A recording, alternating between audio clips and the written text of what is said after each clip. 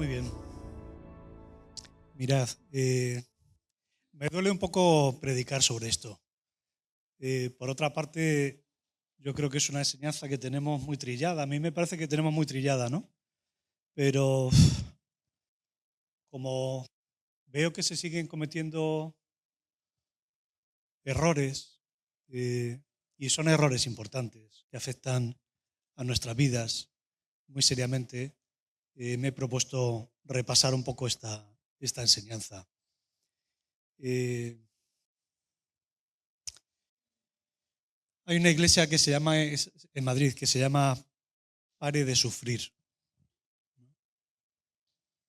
Y lo que queremos hacer hoy, lo que quiero hacer con vosotros es poner la tirita antes que la herida, para que tengamos una enseñanza correcta.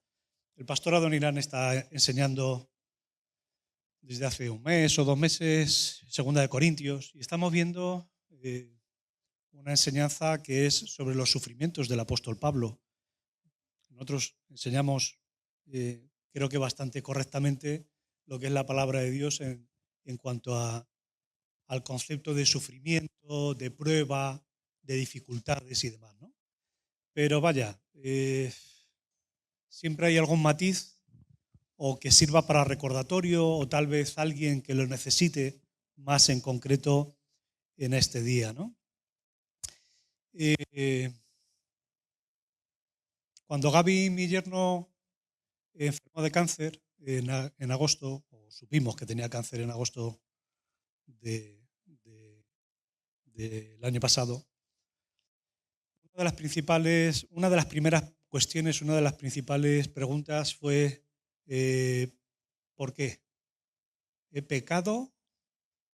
¿Han pecado mis padres? ¿Han pecado mis generaciones anteriores? ¿Por qué? Bueno, eso es más o menos lo que quiero tratar hoy. ¿Pasa al siguiente? Veis una tarta o un bizcocho donde le falta un trozo, ¿verdad? El primer concepto que quiero aclarar en el día de hoy es la diferencia que hay entre tentación y prueba. La diferencia entre la tentación, que es de Satanás, y la prueba, que es de Dios, es el objetivo. Las tentaciones tienen por objetivo castigarnos, separarnos de Dios, alejarnos de Dios. Y eso es Satanás quien las hace. Nos tienta, nos provoca para alejarnos de Dios. En cambio, la prueba es alguna dificultad que Dios permite, Dios, no Satanás, Dios permite para nuestro crecimiento, para nuestra madurez en carácter. Por lo tanto, el objetivo de una dificultad o de otra es básico, ¿vale? Es importante ver esa diferencia. Muy bien. Siguiente. Veis en la tarta esa le falta un trozo, ¿vale? Ese trozo quiero simbolizar que nuestra vida es bendecida, o podemos sentirnos bendecidos por Dios en un 80, 90%, 95%, 99,99% de Dios. Pero siempre hay un trozo de tarta que nos falta para tener la perfección, la máxima bendición, que todo nos vaya bien, ¿verdad? ¿Por qué? Porque las vidas no son así. Las vidas no son un 100% de perfección y de facilidad. Por eso he querido poner esa tarta donde le falta un trozo. Siguiente, por favor. Mirad, ¿de dónde procede el mal? ¿De dónde procede la enfermedad, la prueba, la dificultad, las angustias?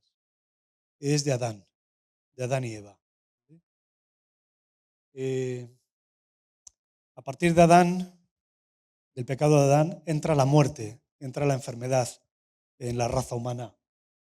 Y en Génesis, Dios les dice que producto de ese pecado será que la mujer tendrá dolor en los partos a partir de ese momento, que sufrirá el dominio la mujer del hombre como castigo, como consecuencia del pecado. Habrá esa dificultad en las relaciones de género y que la tierra producirá el fruto con dificultades. Por lo tanto, lo que es la alimentación, la benevolencia de la naturaleza, estará dificultada a partir de ese momento por el pecado. ¿Por qué me remonto a este tiempo tan lejos? Para que comprendamos el origen de la maldad, de los sufrimientos, etcétera, etcétera, de las angustias, de las pruebas, de las dificultades, tiene un origen muy lejano, desde el principio del pecado. ¿Vale? Muy bien, siguiente. Pero no es tan sencillo discernir en si esas dificultades que atravesamos yo, tú, son producto de tu pecado y como consecuencia de tu pecado tienes unas consecuencias negativas en la vida, si siempre es así o solo a veces es así. Y esta es la pregunta crucial. Esto es en lo que me quiero centrar hoy. Que tal vez es algo que dominas mucho, que tienes muy claro, ojalá lo tengas muy claro, que aquí lo enseñamos creo que correctamente en la iglesia, pero que vaya, que seguramente puede haber algún versículo, algún concepto que te puede ayudar en el día de hoy a animarte, ¿no? Mirar, hay dos interpretaciones históricas. Una interpretación errónea, que es que la enfermedad o desgracia es siempre consecuencia de un pecado individual. No, lo negativo entró por el pecado de Adán y Eva. Y desde entonces, aún, como dice Pablo, aún la naturaleza espera ser redimida, espera la redención de los hijos de Dios cuando Jesucristo vuelva por segunda vez. Sufrimos consecuencias negativas, pero no por pecados propios, individuales, automáticamente. ¿Vale? ¿Por qué digo esto? Porque es muy duro decirle a alguien que tiene una enfermedad, por ejemplo, que se mire si ha pecado o si está enfermo con un cáncer o con una epilepsia o con una pancreatitis o lo que sea, porque ha pecado. Vamos a pensárnoslo bien antes de ser tan ligeros a la hora de juzgar o analizar, porque no siempre, eso sí es producto del pecado, pero del pecado originario, de la decadencia de los cuerpos humanos a partir del pecado de Adán y Eva, pero no siempre es por el pecado individual. A veces sí. Siguiente. Mirad, hay otro concepto muy importante a la hora de hacer hermenéutica en la Biblia.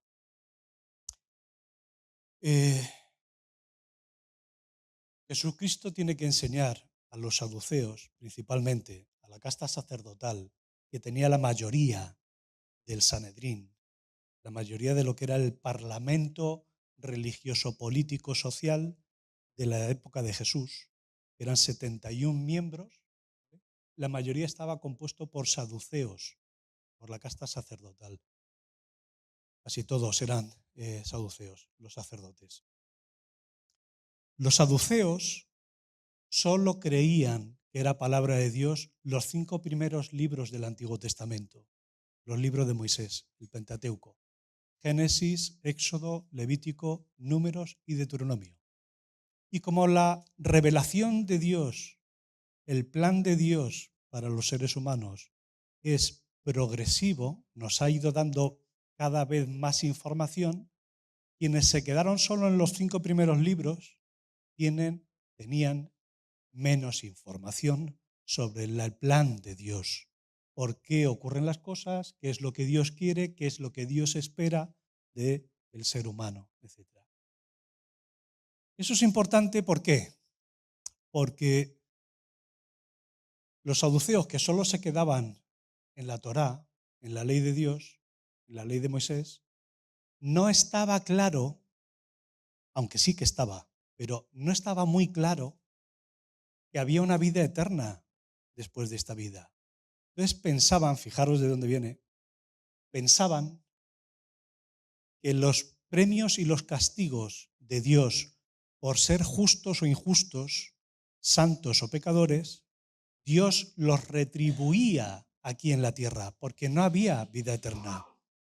Porque no había vida eterna. Entonces, al que le iba bien en la tierra, era que era una buena persona, era un buen creyente, era bendecido por Dios.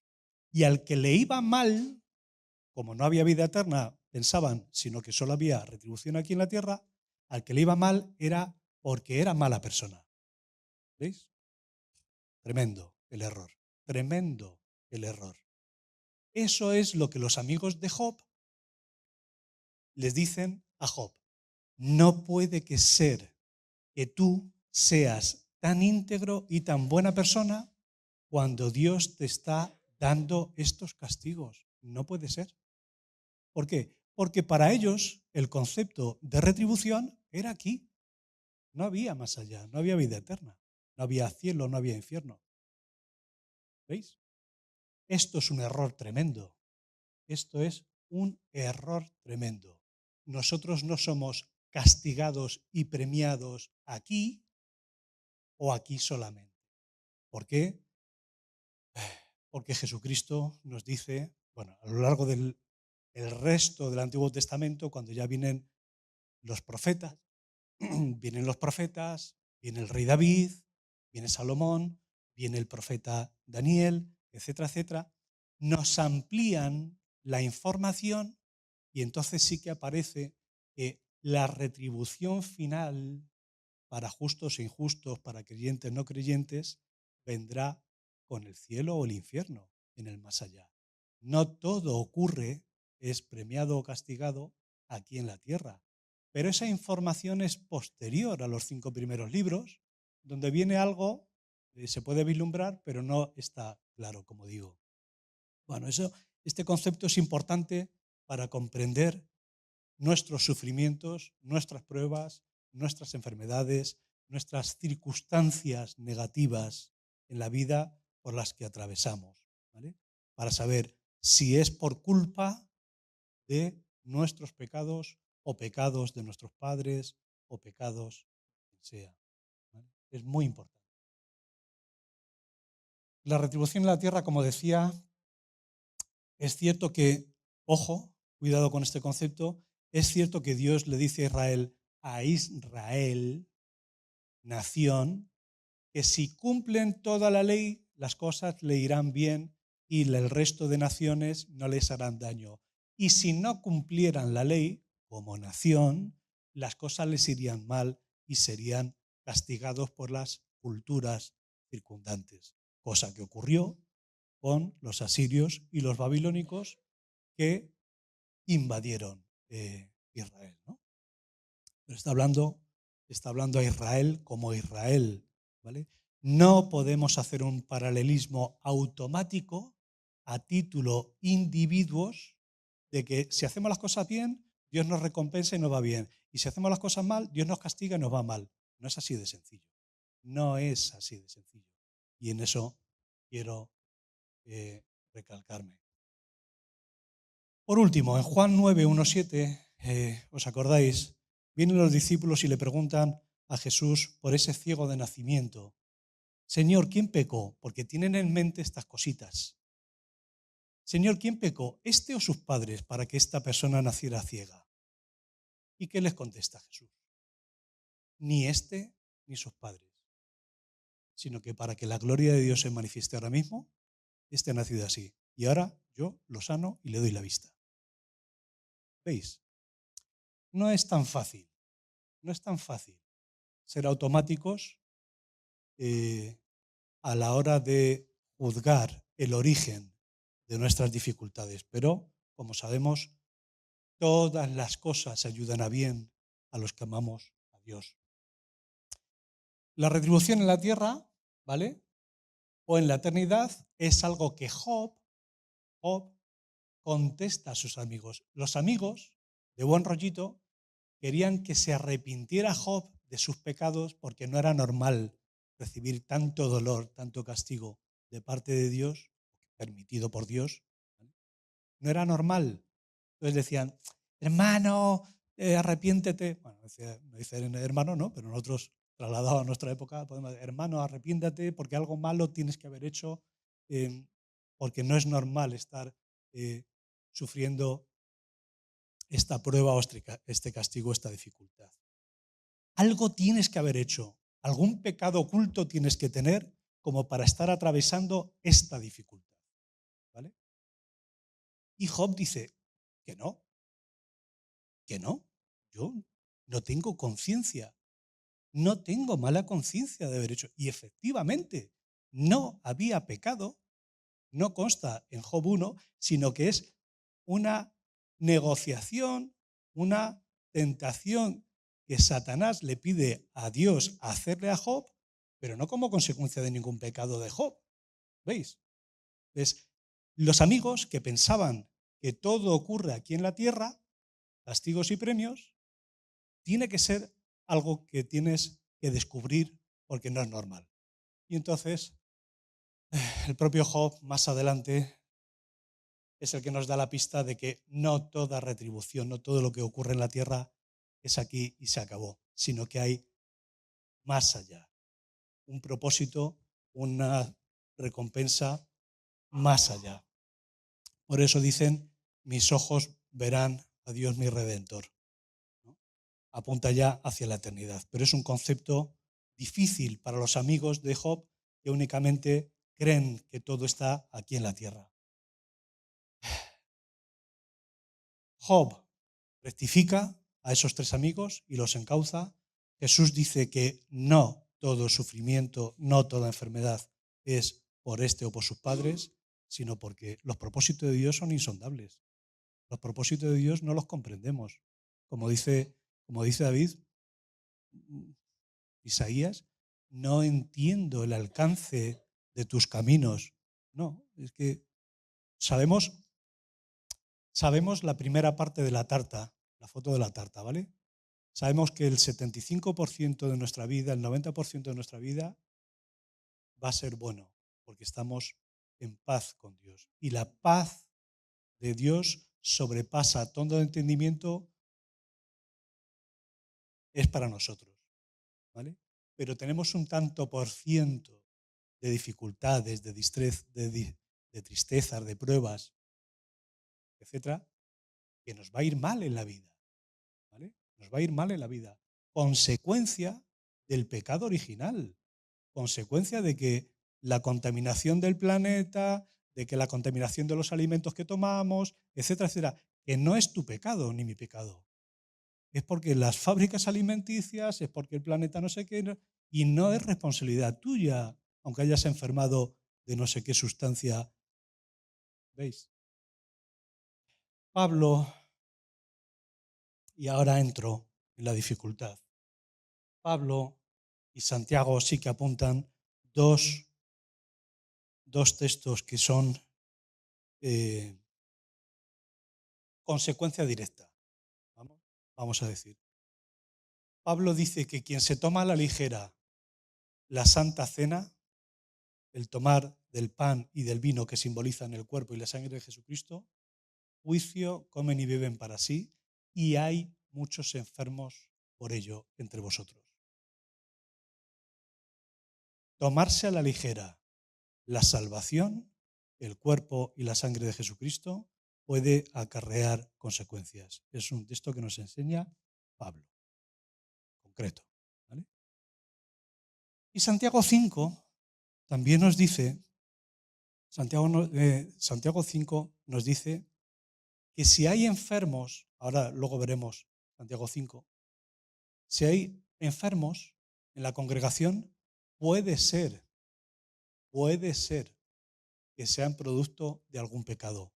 Por lo tanto, confesémonos los pecados y oremos los unos para los otros y arropémonos los unos a los otros. Siguiente.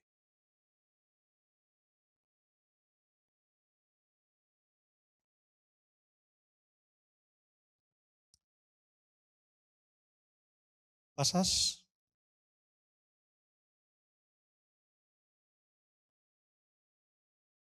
Muy bien.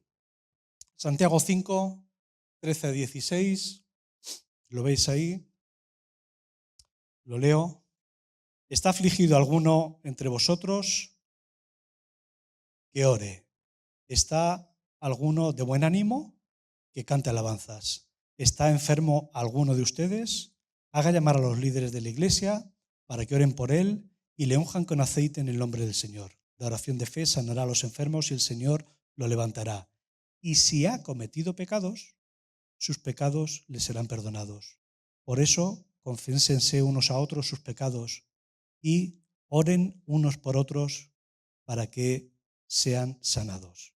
La oración del justo es poderosa y eficaz. Muy bien. Recalco. En toda circunstancia, nos dice este pasaje, hemos de acercarnos a Dios. El que está afligido, o el que está enfermo, que ora a Dios. Y el que está alegre y las cosas le van bien, que se acerque a Dios con alabanzas. Por tanto, acercémonos a Dios a las duras y a las maduras. En los momentos de penas, con oración, nos dice. Y en los momentos de alegrías, pues dando gracias a Dios y saltando y brincando de alegría y felicidad que las cosas no van bien. Siendo agradecidos a Dios. Pero por otra parte nos enseña algo este texto acerca de los unos a los otros, acerca de la iglesia. Y es orar unos por los otros, acompañar al que está enfermo, al que está en dificultades, al que está afligido y orar con él, acompañarlo. Y también nos habla de la confesión recíproca.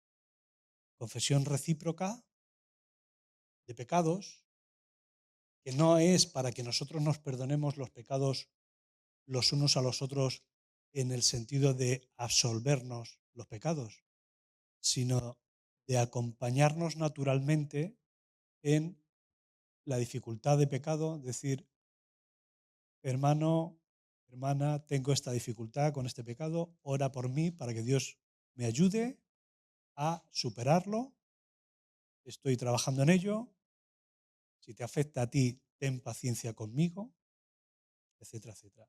Eso es confesarse los pecados los unos a los otros. En los primeros siglos, en los cultos, había confesión de pecados públicas. Alguno decía, hermanos, he pecado, no sé qué, no sé cuánto, y me arrepiento, y orad por mí, no sé qué, no sé cuánto, ¿no? Y bueno, como eso se extendió y se generalizó y eran asambleas muy grandes, pues al final se terminó acotando a momentos después del culto y demás. Pero la confesión de pecados es una práctica sana, pero no podemos aprender de este texto que las enfermedades o las dificultades sean siempre consecuencia de pecar, del pecado. ¿Vale? Porque en el ejemplo de Jesús y el ciego de nacimiento vemos claramente, o en el caso de Job, que desentraña un poco, vemos que no siempre es automático. No siempre es has pecado, por eso tienes estas consecuencias. Puede ser que mi abuelo, que fue heroinómano y tuvo SIDA, ¿vale?, transmitió a mi madre el SIDA y yo hoy tenga SIDA. Ha pecado mi abuelo. Yo no me puedo arrepentir por mi abuelo. Yo pago las consecuencias del pecado de mi abuelo.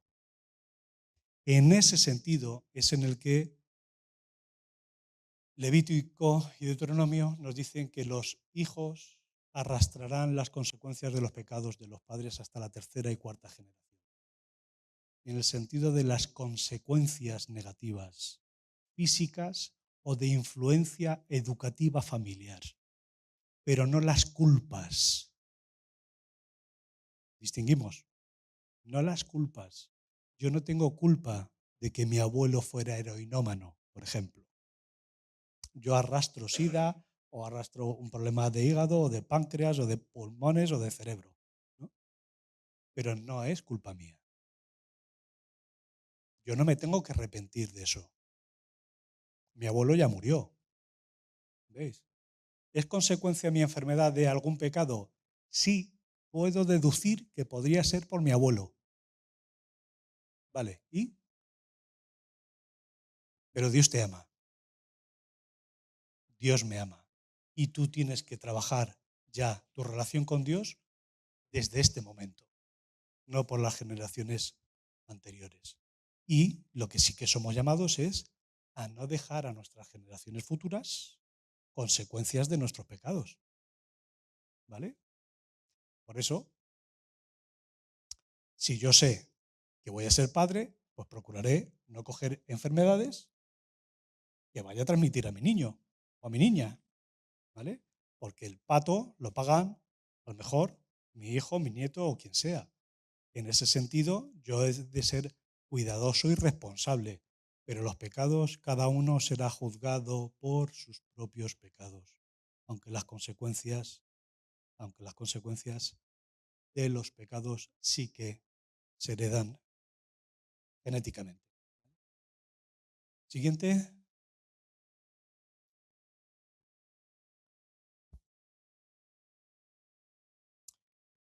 Dios nos enseña. El propósito de las pruebas o dificultades es, por una parte, la dependencia de Él. La dependencia de Él en todas circunstancias. No solo lo hemos visto en el pasaje de Santiago 5, sino que si os dais cuenta, si nos damos cuenta, por Jesucristo somos comparados como ovejas, como niños, como sarmientos de la cepa, de la vid. Es decir, dependientes de Él, porque como dice el Señor, sin mí o lejos de mí, nada podéis hacer. Nada podéis hacer. Esa dependencia es algo que en las dificultades nos acercan más a Dios, porque es cuando más, tristemente, nos acercamos a Dios. Entonces, lo positivo de las pruebas, la parte positiva de las pruebas, o una de las razones por las que Dios permite las pruebas, es para que nos acerquemos más a Él y dependamos más de Él. Y el otro motivo, además de la cercanía a Él, es porque Dios quiere moldear nuestra personalidad. Ser cristiano no es aparentar ser buena persona, no es hacer cosas buenas externamente. Ser un cristiano verdadero, ser un creyente santo o santificándose, es ir pareciéndose más y más cada vez en nuestra personalidad, en nuestra estabilidad comportamental, en nuestra estabilidad de forma de ser. Eso es la personalidad, cada vez más parecidos al Señor. Y Él utiliza también las pruebas positivamente para eso, para que nosotros, mediante esas dificultades, recurramos más a Él y vayamos transformando, como dice Pablo, transformándonos mediante la renovación de nuestro entendimiento a la semejanza de Jesús. Siguiente, y por último, bueno, estos son algunos textos. Pasa a la otra. Bien, conclusiones.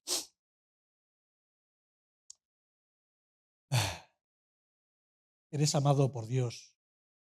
Soy amado por Dios, aunque las cosas te vayan mal. No estás siendo castigado por Dios. Incluso las pruebas que Él permite son para algo positivo.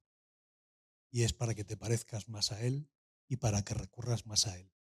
Porque todo lo negativo es reconducido, nos dice la palabra, para nuestro bien, para los que amamos al Señor. Por lo tanto, no creas las mentiras del enemigo de que algo malo habrás hecho cuando estás en esta situación. Puede ser que sí, Puede ser que no. Pero lo que sí está claro es que siempre, siempre somos amados por Dios. Aunque nosotros nos queramos poco a nosotros mismos. Dios sí te ama. Dios sí me ama, aunque las cosas me vayan mal. Aunque mi hija, aunque mi hijo hagan las cosas mal, son mis hijos y los quiero. Sí o sí. Así es el Padre. Los momentos difíciles contribuyen a que maduremos en el carácter a la semejanza de Cristo. Eso es un objetivo positivo. Esta es una enseñanza positiva. Las pruebas nos acercan a la personalidad de Dios, porque mediante la paciencia, la dependencia de Dios, nos asemejamos a Él. Demos gracias a Dios incluso en los momentos difíciles porque su paternidad y cuidado se manifiestan también en estas circunstancias.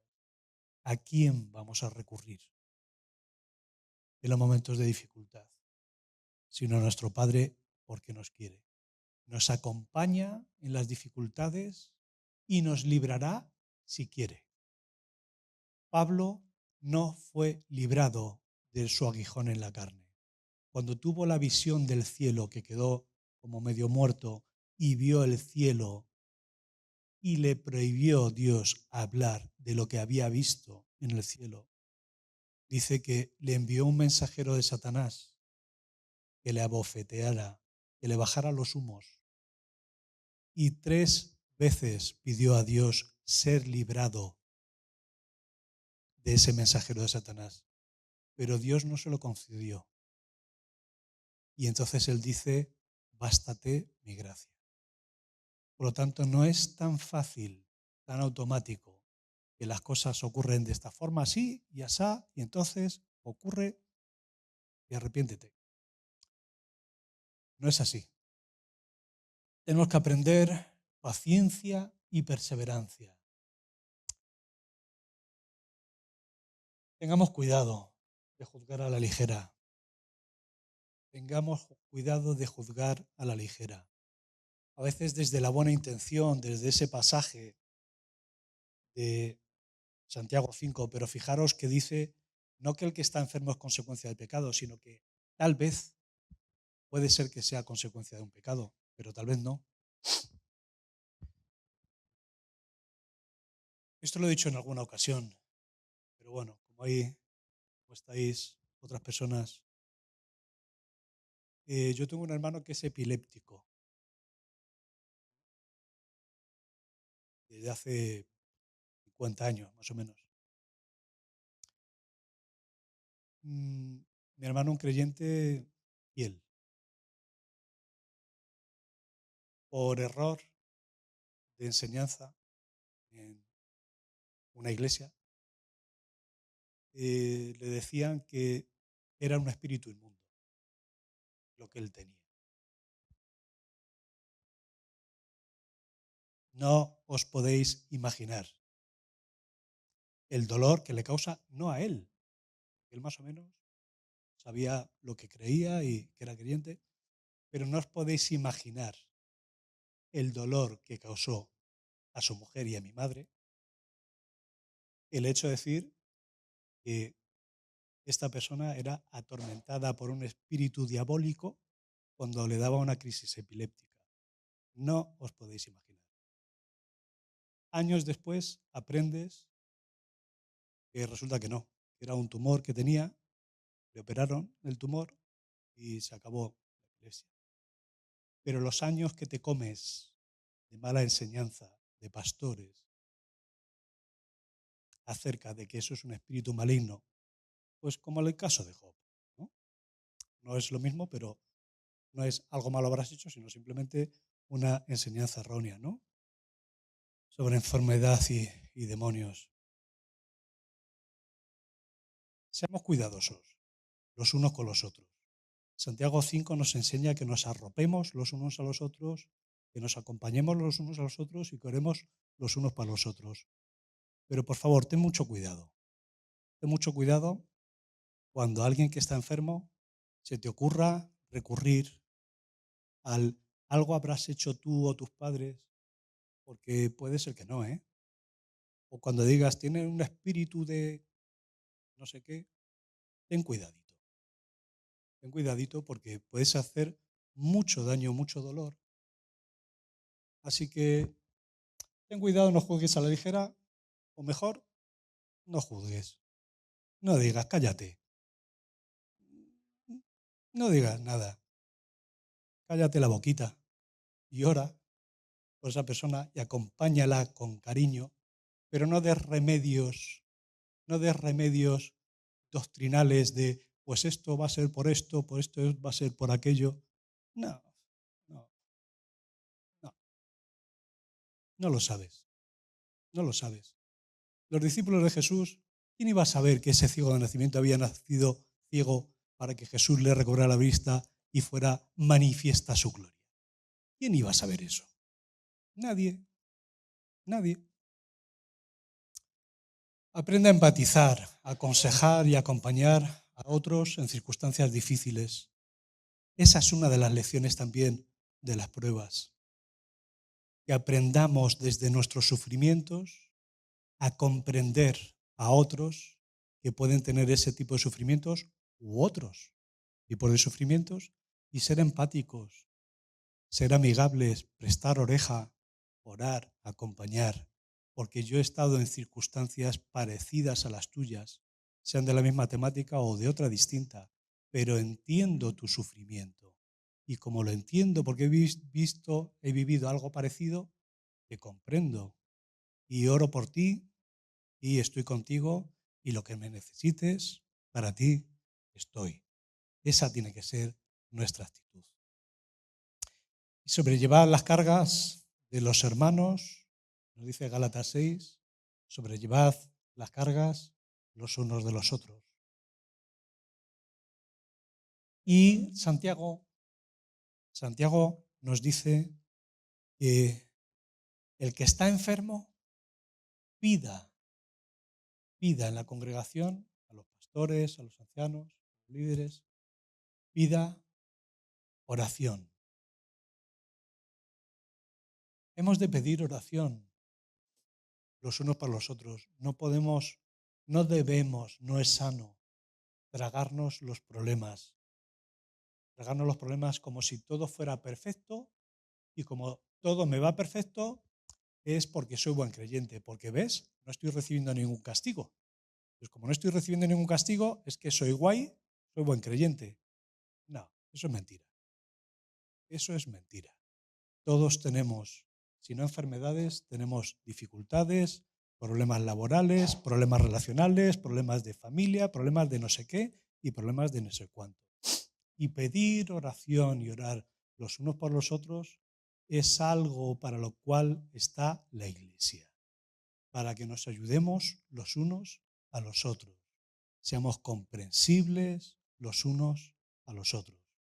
Y eso es lo que enseña Santiago, en Santiago 5, que además de decir que tal vez algún enfermo está entre vosotros por causa del pecado, pero si no lo está, en cualquier cosa, en cualquier caso, orad los unos por los otros.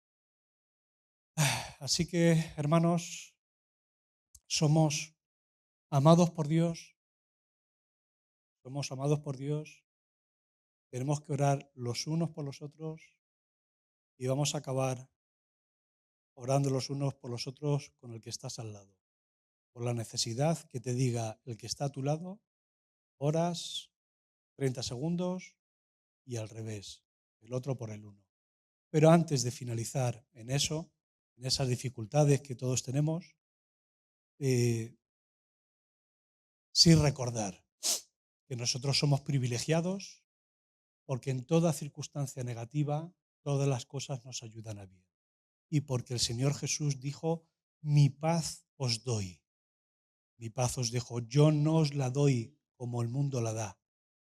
En toda circunstancia tenemos el privilegio de que Dios está con nosotros y está por nosotros, porque Dios nos ama, porque Dios te ama muchísimo.